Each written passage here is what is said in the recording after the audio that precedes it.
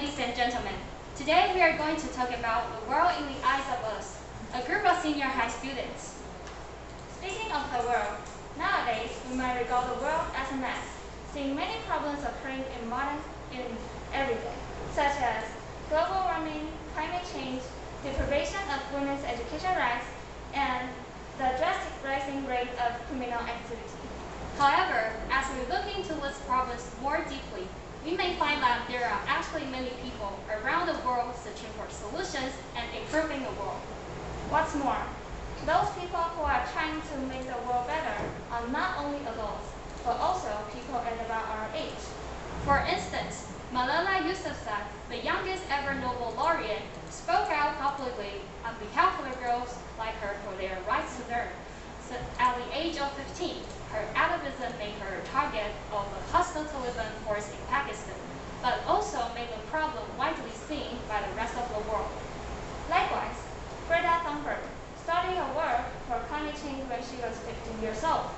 She called on everyone to do more to reduce greenhouse gas emissions, and everything she did has also aroused the concern of people worldwide.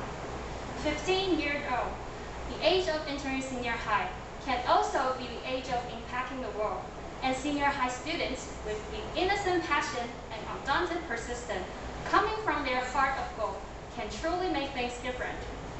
Therefore, we start to rethink and try to reform the world in our eyes.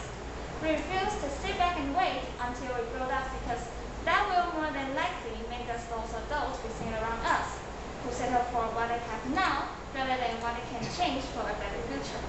And we don't need heroes to save everyone in the world. Instead, we need to make the world better by everyone around us. Now, there comes the important question. Is there anything that we, a bunch of ordinary high school students, can possibly do to make the world a better place for everyone? I think there is. For in the digital era, these days, fake news is spread through various forms of communication and media, which causes people to be fooled or misled by people with fiction attentions. Right. According to the questionnaire results posted by the Pink Heart Cultural and Educational Foundation in July 2020, media reports are the mentors for teenagers to know the world.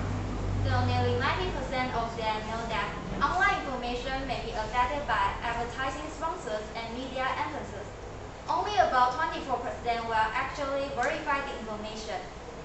Moreover, less than 10% know how to use verification websites to make sure the information they are getting is correct. For example, a first grade student was deeply disturbed by the misinformation that his parents were controlled by some kind of alien bugs after watching a cartoon. Social media are important channels for young people like us to receive the information and to see the world beyond textbooks. However, the proliferation of fake information may lead us to see the world in a wrong way. As this is a crisis that will affect everyone, we all have a responsibility to do our part to keep it from deteriorating. In other words, we think that it is necessary that media literacy should be the ability that we need to have, and it can also be the way we change the world. Media literacy is widely regarded as an expensive conceptualization of literacy that includes the ability to assess and analyze the media message as well as create, reflect, and take action, using the power of information and communication to make a difference in the world. The research we have found shows that there are 5 steps to get media literacy: description, analysis, interpretation, evaluation, and engagement. The first one is description.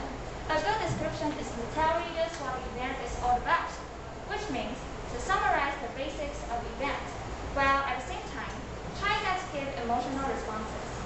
The second step, analysis, means that readers need to see the pattern of how the event is shown, such as the cause and effect of the event is reported.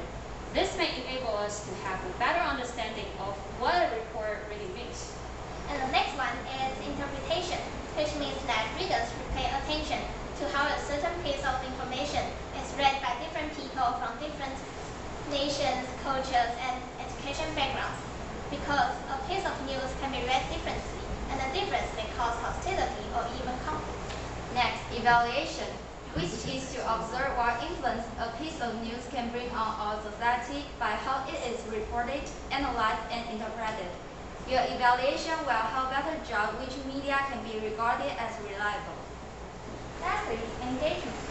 When readers have gone through the previous 4 steps, they will be able to engage themselves in the meaningful and constructive discussions of a certain event from the media. These are the steps to get media literacy.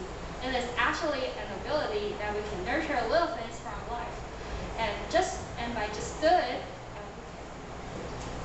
we can just do it by making some tiny changes in our reading habits. However, the impact of it doesn't depend on whether it is great or not, and it is essentially fundamental for us, the new youth of the world, to identify technical and ethical standards. To conclude, though there are many problems occurring in modern society, they can be solved by the contribution and hard work of everyone. For the reasons mentioned above, we senior citizens believe that the world can change, and we are willing to change it for ourselves and for a better future, for justice and fairness a society may offer each of its members. Thank you for listening.